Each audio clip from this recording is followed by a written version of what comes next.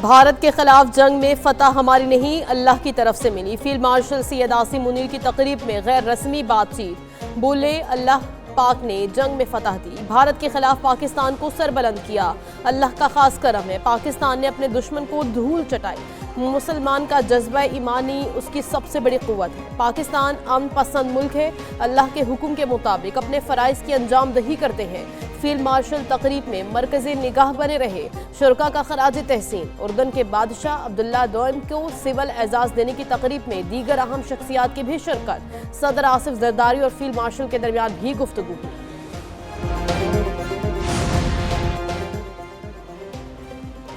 اردن کے بادشاہ عبداللہ دوئم کو پاکستان کا اعلیٰ ترین سول ایوارڈ عطا، ایوان صدر میں پروقار تقریب میں صدر مملکت آصف زرداری نے معزز مہمان کو اعزاز سے نوازا۔ تقریب میں وزیر اعظم شہباز شریف اور فیلڈ مارشل سید عاصم منیر کی شرکت، نائب وزیر اعظم، چیئرمین سینٹ، وزراء، حکومتی اور عسکری شخصیات کی شرکت، چیئرمین پیپلز پارٹی بلاول بھٹو زرداری، خاتون اول آصفہ بھٹو زرداری، اراکین پارلیمنٹ اور سفارتکاروں نے بھی شرکت کی۔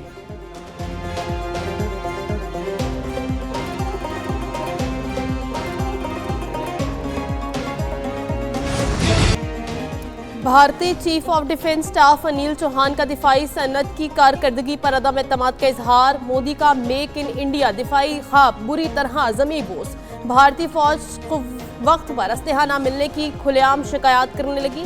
بھارتی جریدے دی پرنٹ کے مطابق C D S Anil Chauhan نے کہا، دفاعی اصلاحات یک طرفہ نہیں، صنعت کو اپنی حقیقی صلاحیت واضح کرنا ہوگی، معاہدوں کے بعد بر وقت ڈیلیوری نہ ہونا صنعتی کمزوری ہے، اپنی مقامی صلاحیت کے بارے میں سچ بولنا ہوگا، اس کا تعلق قومی سلامتی سے ہے۔ بہت سی کمپنیاں کہتی ہیں ان کے مصنوعات 70% مقامی ہیں، لیکن یہ حقیقت نہیں۔ وزیر اعظم آزاد کشمیر چودھری انوار الحق کے خلاف تحریک عدم اعتماد جمع، تحریک عدم اعتماد قانون ساز اسمبلی سیکریٹریٹ میں جمع کرائی گئی۔ تحریک جمع کرانے والوں میں چودھری قاسم مجید، سردار جاوید ایوب، ملک ظفر اقبال اور دیگر ممبران شامل۔ آزاد کشمیر اسمبلی کا اجلاس کل دوپہر 3 بجے طلب۔ اجلاس میں وزیر اعظم کے خلاف تحریک عدم اعتماد پر رائے شماری ہوگی۔ تحریک عدم اعتماد کی کامیابی کے لیے 27 اراکین کی عددی اکثریت درکار، پیپلز پارٹی کو 37 اراکین اسمبلی کی حمایت حاصل ہے۔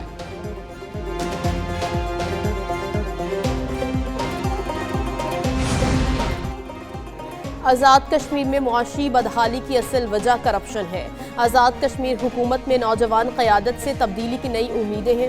ڈاکٹر سردار محمد کمال خان نے کہا، سابق حکومتوں نے عوامی مسائل نظر انداز کیے، ترقیاتی فنڈز ضلعی و مقامی سطح پر منتقل کرنے کے لیے ضروری ہے، عوام کو معاشی ریلیف اور شفاف گورننس کی شدید ضرورت ہے، ہمارا مکمل تعاون آزاد کشمیر کی نئی قیادت کے ساتھ ہے۔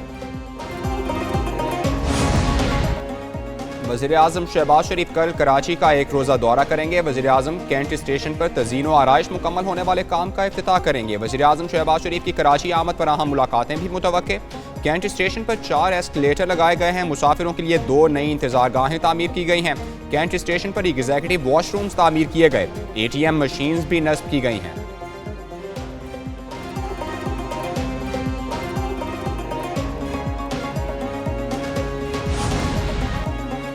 وزیر داخلہ محسن نقوی اور وزیر اوورسیز پاکستانی چودھری صالح حسین کا لاہور ایئرپورٹ کا اچانک دورہ، 2 گھنٹے تک ایئرپورٹ پر موجود رہے۔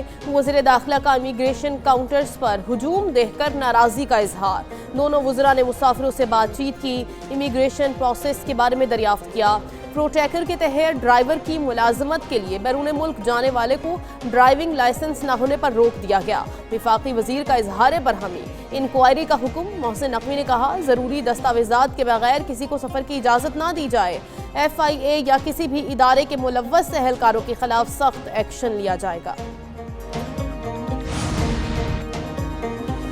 PTI والے اپنے بانی کو بہت عقل مند سمجھتے تھے، لیکن ایک عورت نے اسے بیچ ڈالا۔ وزیر دفاع خواجہ آصف کہتے ہیں، اکانومسٹ کی خبر درست ہے، بشرا بی بی سابق انٹیلیجنس سربراہ جنرل فیض حمید کے لیے کام کرتی تھیں۔ بانی PTI مکمل طور پر جنرل فیض اور جنرل باجوہ کے کنٹرول میں تھے۔ طاقت کے لیے خاتون کو لانچ کیا گیا، 4-5 سال کی لوٹ مار ایک منصوبے کے تحت کی گئی۔ نواز شریف کے خلاف سپریم کورٹ میں منصوبے کے تحت فیصلے ہوئے، لوٹ مار کے پیسے سے بانی PTI کو حصہ ملتا تھا، باقی پیسہ باہر گیا۔ پنجاب جیسے صوبے کے ساتھ سنگین مذاق ہوا، ملک کی کمانڈ جادو ٹونے کے حوالے کر دی گئی تھی۔ بشرا بی بی دشمن ملک کے ہاتھ لگ جاتی تو سنگین خطرات پیدا ہو سکتے تھے۔